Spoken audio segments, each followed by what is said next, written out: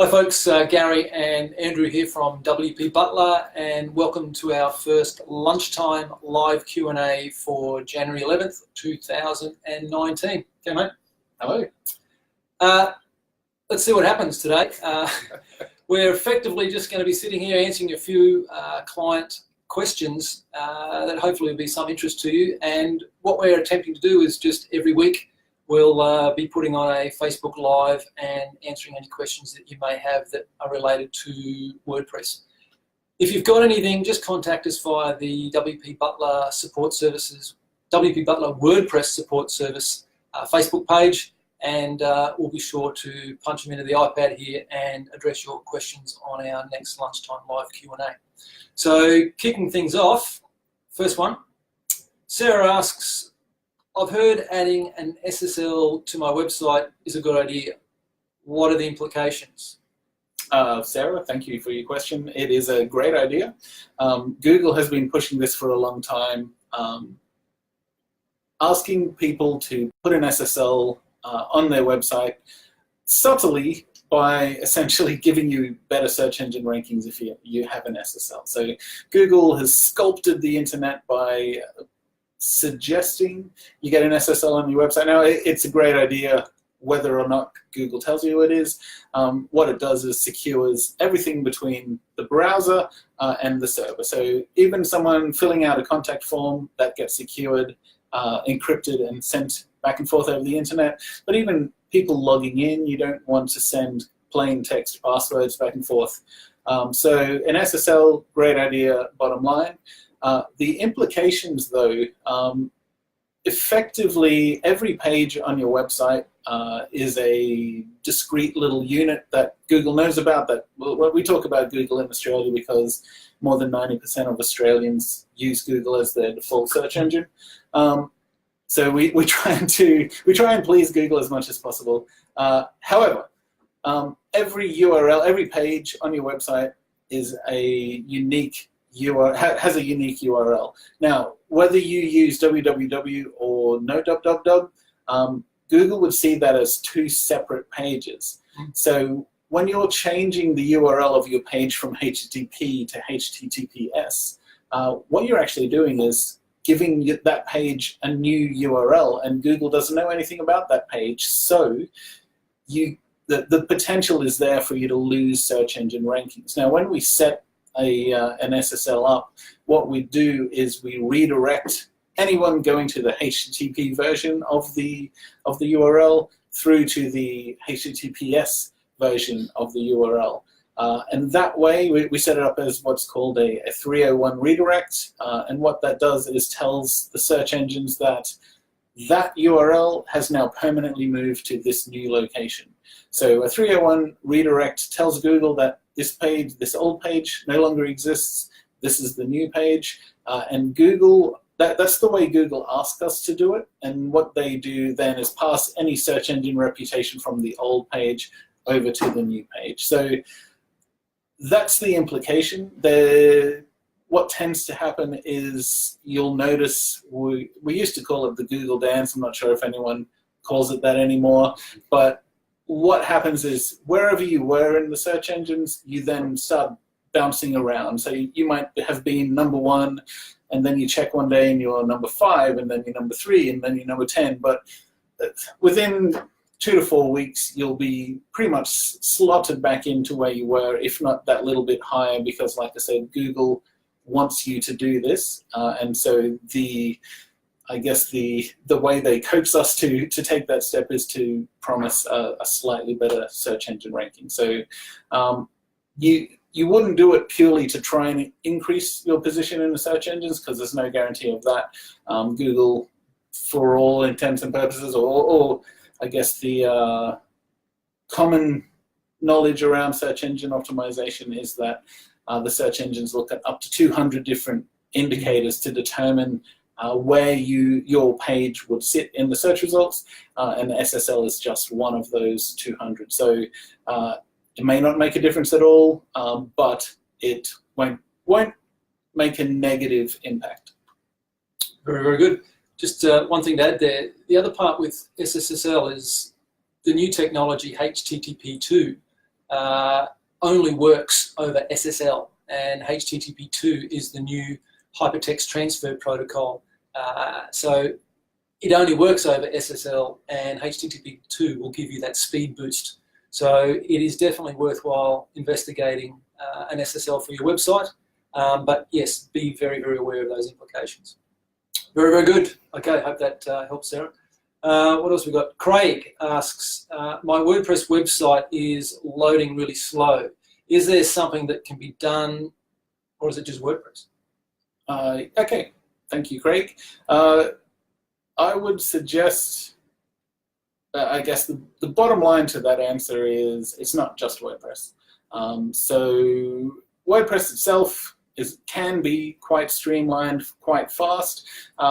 When a website's been around for a while, we tend to add bulk to it. So you might, over the years, add plugins to it. You might have a theme that might be a little bit out of date, or maybe even not necessarily coded all that well. So there are elements that we add to a WordPress website that can potentially slow it down.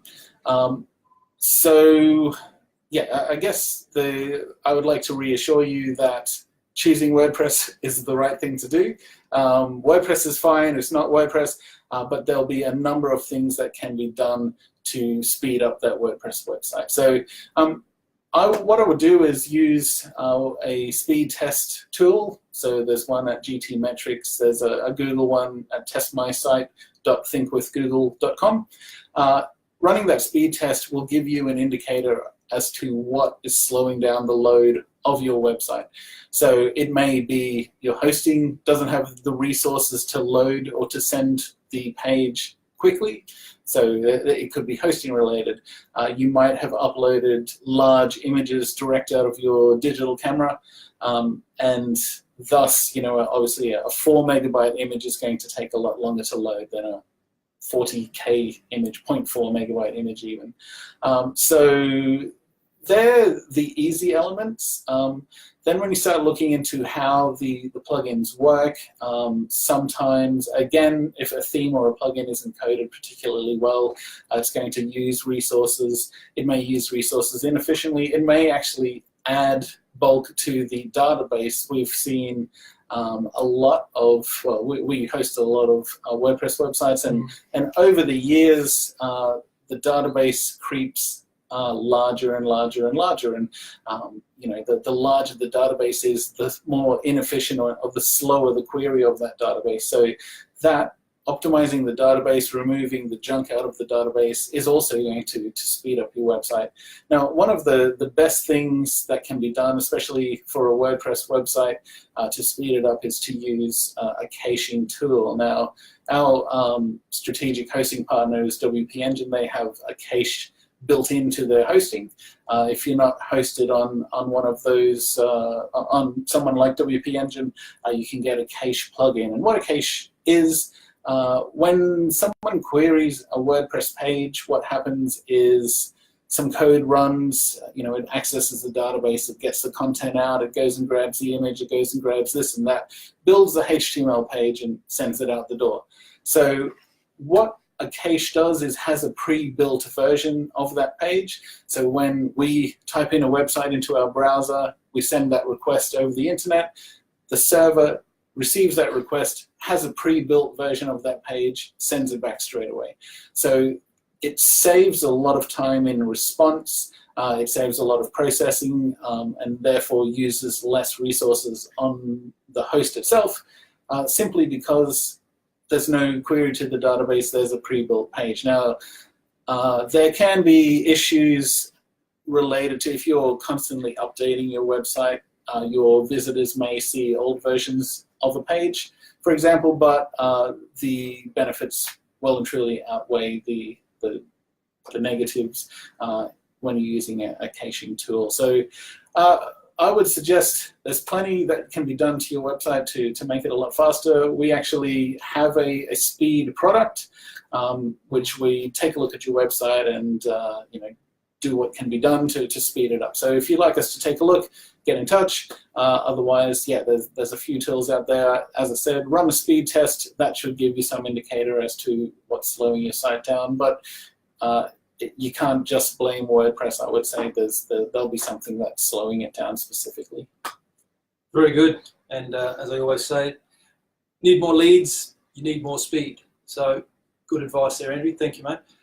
Christine asks, "Hi guys, I've recently updated to WordPress 5 and now, does that say, all my pages are broken. What's going on?" What's going on?